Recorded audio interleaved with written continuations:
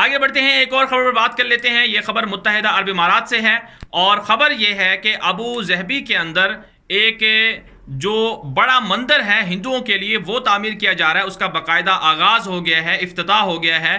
और मोदी ने जब दौरा किया था मुत्तहिदा अरब इमारात का, तो उस वक्त वहाँ के जो वली अहद हैं उन्होंने तकरीबन 13.5 एकड़ जो ज़मीन है वो हदियतन दी थी मोदी को कि यहाँ पर आप मंदिर बना सकते हैं। और कहा जा रहा है कि ये जो मंदिर बनने जा रहा है ये मशरिक़ वुस्ता का सबसे बड़ा और पहला मंदिर होगा।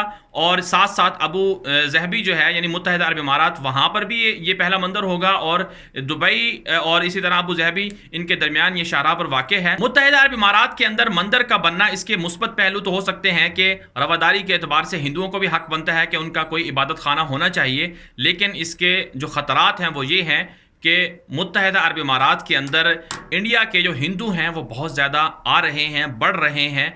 और ये मंदिर का बनना मुत्तहिदा अरब इमारात की सलामती के लिए ख़तरा भी हो सकता है। और ख़तरात तो ये भी हैं क्योंकि ग्रेटर इंडिया या महाभारत का जो मोदी का और हिंदुओं का जो ख्वाब है वो ये है कि मुत्तहिदा अरब इमारात भी उनके कब्ज़े में होना चाहिए था, क्योंकि वो इनका हिस्सा था पहले। और ओमान भी, सऊदी अरब भी और बाकी गल्फ़ के ममालिक पर भी ग्रेटर इंडिया के नाम से जो RSS है और इसी तरह जो भारत की भारतीय जनता पार्टी जो बड़ी मशहूर शिदत पसंद हिंदू पसंद जमात है, उनका भी नज़रिया ये है कि ये महाभारत का और ग्रेटर इंडिया का हिस्सा हैं। तो इस एतबार से खौफनाक जो ख़तरात हैं वो तो है ही। अब देखना ये है कि किस तरह से इस्लामी दुनिया बिलखुसूस गल्फ़ के जो अरब हैं ये किस तरह से इसको कंट्रोल करते हैं और किस तरह से इस पर काबू पाते हैं।